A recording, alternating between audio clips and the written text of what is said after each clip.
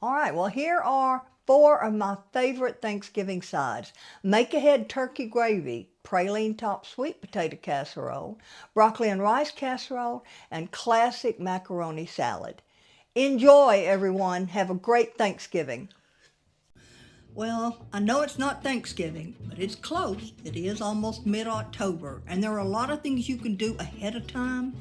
If you're the one preparing the large Thanksgiving dinner, a lot of things you can do ahead of time to make it a lot easier on you. So I'm making make-ahead turkey gravy. And you freeze this, you'll go ahead and freeze it, and you'll have all this leftover broth to go into your dressing. It's really a wonderful recipe. This will be the third year I've made it, and I'm so happy I discovered it. So let's get started on Darlene's table. All right, as you can see, I've already put the vegetables down, and I mixed them with some vegetable oil. So we have onion, carrot, and celery on the bottom. And now I'm putting the turkey wings on top. I cut them. You don't have to, but I cut them because it's so much easier than having those little wings sticking out everywhere. It's going into the oven at 425 until it's roasted well, as you can see this. And then it's going to go into a stock pot. I'm going to gather all the vegetables. All of this is going in the stock pot. Then I'm adding thyme and garlic pods. Make sure you get all the drippings in here as well. 12 cups of water will go in this as well. Simmer this for 3 hours. 3 hours later, this is what you have. Strain it, throw the rest away, and save all that wonderful stock. So you want to strain this very well. I didn't continually strain that fat off. To me, it's easier to put it in the refrigerator, let it get cold, and then take that fat off. So right now I'm putting 2 large tablespoons of the fat into my skillet to make my gravy. This sat in the refrigerator for about 24-30 hours. And then I'll remove the rest of the fat. I'm telling you, this has the best taste. And it seems like a lot of work, but you know, this is mid-October. I'm doing this way ahead of making my dressing and having to make gravy. I'm going to warm up this stock before I put it in the skillet to make the gravy. I just warmed this in the microwave. One thing I will do is, and you can do whatever you want. You can serve this gravy like it is. You can chop up a little turkey in it. You can put giblets in it, whatever you want to do. But the base is ready and it's delicious. All right, so now my butter and my turkey fat is melted good. We're going to add the flour, some salt and pepper, and we're going to cook this for 3 or 4 minutes. It'll put off a nice smell like a pie crust. And then we're going to add in the turkey stock a little at a time. Now, I had additional stock left over. You could make, this wound up making not quite a quart of gravy, but you can make more. You just have to adjust the flour a little bit.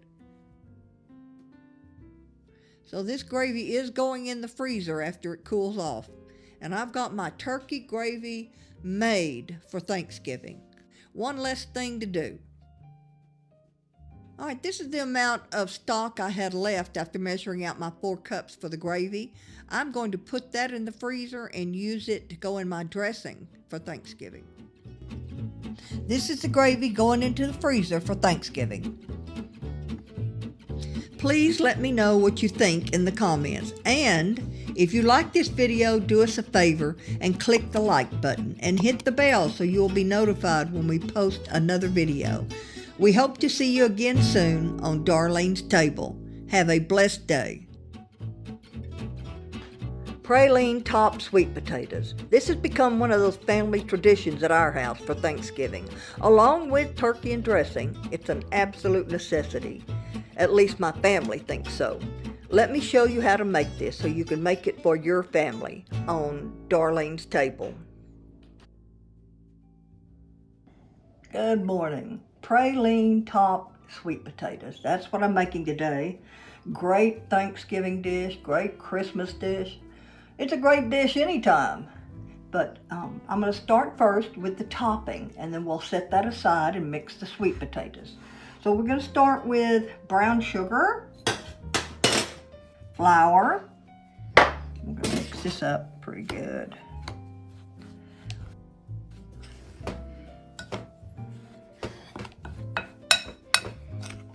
One of the things that I do is I prefer using fresh sweet potatoes to make my sweet potato pies and this. So, you know, it's kind of a chore to do on the day that you're doing it. So I'll bake up a bunch of sweet potatoes and I'll freeze them in 4-cup packages because it takes 4 cups to make my sweet potato pie and it takes 4 cups to make this dish. Then you've got that much already done and you're not having to do it on the day that you're wanting to cook this. All right, so next I'm going to add the pecans, coconut, mix this real well. Oh, this is a really good topping. Add the melted butter and mix this well. You can also make this topping a couple of days ahead and just have it in a bag in your refrigerator. And then on the day that you prepare it, you've got all of that made. I'm going to set this topping aside and we'll work on the sweet potatoes. These are the sweet potatoes that I baked a week ago and froze in a 4-cup package. I'm going to add the cinnamon, 2 eggs. I will mix this.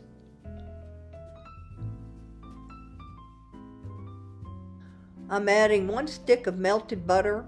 Well, I put half in first so I can mix it well. And this is salted butter.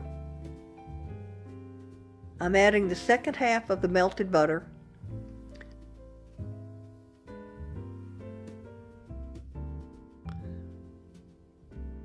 I'm going to place this in a well-buttered 8x8 casserole dish. Spread it around and even it out a little bit.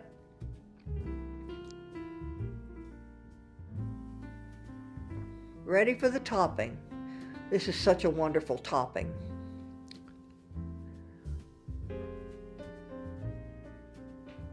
Just spread it around evenly.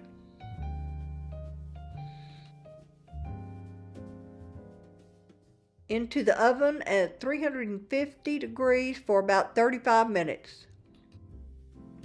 It's been 35 minutes. I believe this is ready. Oh, it's hot and bubbly, and that topping looks so good.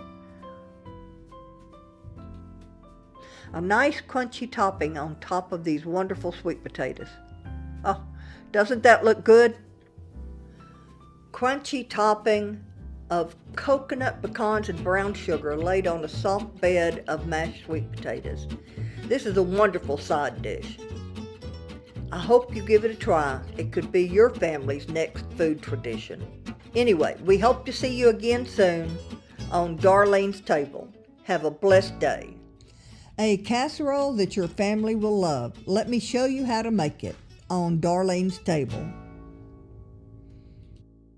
Broccoli rice casserole, one of those comfort foods that my children always request, especially at Thanksgiving and Christmas. So I started out with 2 cups of dry, white, long grain rice, and I prepared it per the directions on the package. Then I steamed 2 large bunches of broccoli. You don't want it mushy, but you do want it tender. So now I'm going to combine these 2 things. I like a lot of broccoli in my broccoli rice casserole. So last weekend I was with my 5-year-old grandson and he was told about Nana's YouTube channel. So he found it, Darlene's Table. So he said, Nana, I'm looking at your YouTube channel. But there's a lady on here that has brown hair, and I don't know who she is. So we started a channel about 10 years ago, and then we had a long move, and we came to a stop on it, and have just, of course, recently started back up. I had to explain to him that that was Nana, slimmer, younger, and she still had brown hair. All right, we've mixed the broccoli and rice together, and now we'll start on the sauce. So 1.5 sticks of butter. Once this is melted, we'll add our vegetables. So 1 cup of chopped red bell pepper, 1 cup of chopped onion. Let's give this a good stir and let it soften up a bit. All right, this looks good. So we'll start adding our other ingredients. I'm going to add 2 cans of cream of mushroom soup with roasted garlic. Next, I will add 2 cans of cream of mushroom soup with herbs. We're going to give this a good stir and let it heat up, and then I'll add the cheese. So 2 15-ounce jars of processed cheese whiz. I prefer this to the Velveeta in the broccoli rice casserole. It helps if you pop this jar in the microwave for about 20 seconds in order to get it all out. All right, so that's nice and melted, hot. I'm going to add half of a 15-ounce jar of Mexican crema.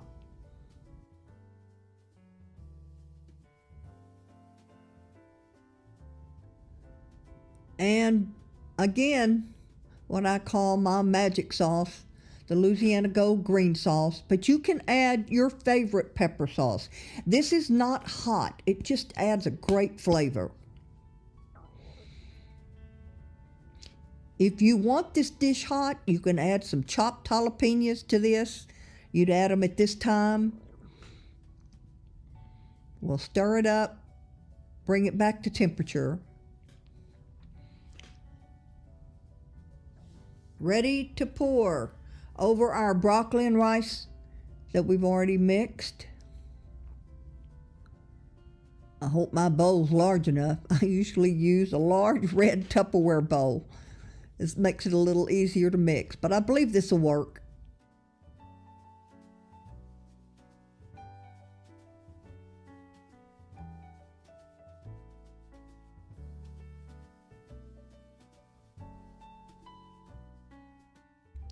All right, this is a 13 by 9 pan. I need help, this is heavy. Pretty full. Looks like I'm gonna have additional, so my neighbors always get the extra. I'm gonna make a smaller one for them. So as you can see, it's a large casserole. In the oven at 375, here we go. Here it comes, 45 minutes later. Oh my, that looks good. Nice and bubbly. I usually let it brown just a little bit more. And here it is, rich, creamy, cheesy broccoli rice casserole. It's so good. And your family will love this too. If you enjoyed this video, please give us a like. This is the type of content you can expect on this channel. So if you like cooking videos like this, you should consider subscribing. Ring the bell so you are always notified when we post another video. Give this recipe a try. I know you'll enjoy it. Y'all have a blessed day. Today I'm making just a classic macaroni salad. You can put a lot of things in it, and I'll show you what we're putting in it. So let's get started on Darlene's table. This is what's going in my macaroni salad today. So we've got Dijon mustard and mayonnaise. I chopped up some yellow squash, red bell pepper, celery, green onion, carrots, This is poblano pepper and jalapeno pepper that has been de-seeded. Vinegar, sugar, and our seasonings, which are black pepper, cayenne, and kosher salt. All right, so this is 1 pound of elbow macaroni that I cooked per package directions, and I let it drain well, but I did not rinse it. You want the macaroni sticky. It allows this nice dressing to really stick to it. So we're going to start with the mayonnaise and Dijon mustard. We're going to make our dressing.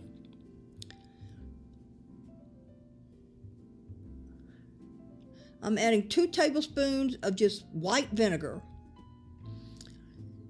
Our seasonings, which is salt, black pepper, cayenne pepper, and sugar. Mix this real well.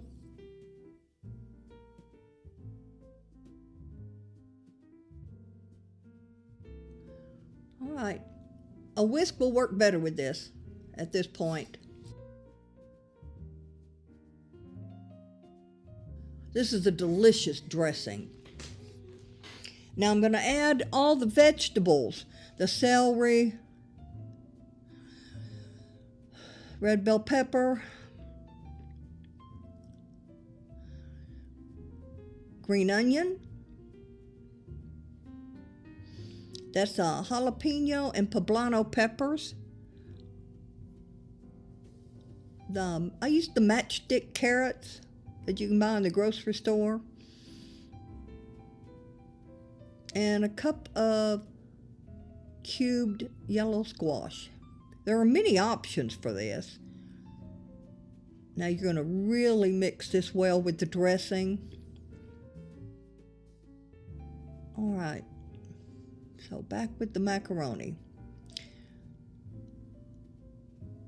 The sticky, make sure it's separated. You'll have to use your hands. You don't want to mash it or break it up. But it being sticky is going to allow that dressing to really adhere to it.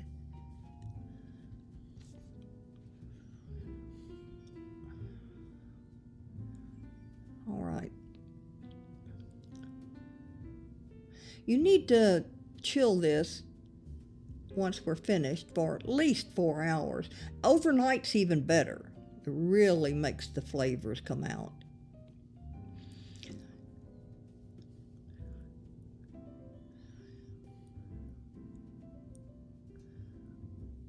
Now when I'm ready to serve it, you can take just a tablespoon of mayonnaise and a tablespoon of water and mix it together, especially if it stayed in the refrigerator all night, and just put it over the top and remix it. It'll really freshen it up. All right, some more cayenne pepper, I believe. It's not hot. I can't do that much heat, so it's a light sprinkling of cayenne. Now, when I serve it, just before serving, I cubed some Tillamook medium yellow cheddar, and I'm going to put that in there before serving and mix it well.